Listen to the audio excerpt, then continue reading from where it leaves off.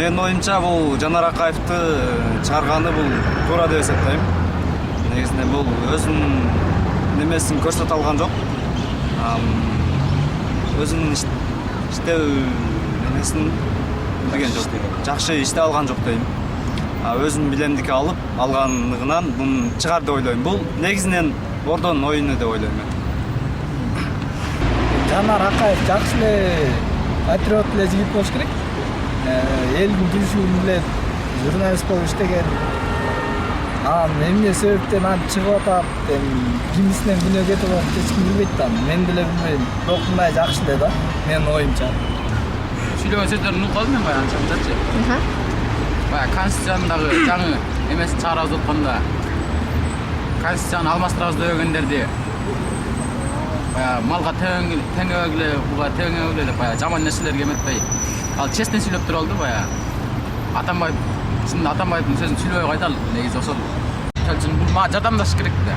Бул жардамдашпаса бул мага эмне кереги бар? Мен кетип келерим деп өзүм айтсам депчи. Ошол сыяктуу эле болду, андан көрө СДКга кереги жок болгондон кийин кетирип, андан көрө СДКны сүйлөгөн дайыр кишини алып келип алыш керек болду. Алар да санын ордуначы. Ошондой деп. Ал балким өзлөрүнүн саясатына туура келбей эместир.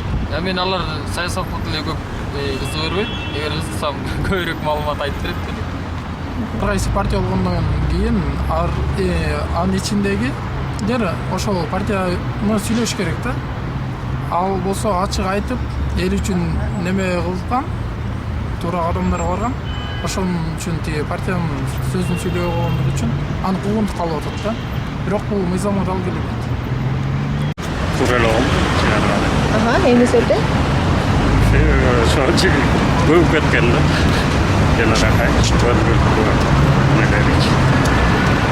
жүрүш-турушу баары эле туура эле. Ошо президенттин айткан сөздөрүн угбай эле ала СДКга каршы сүйлөп элечи.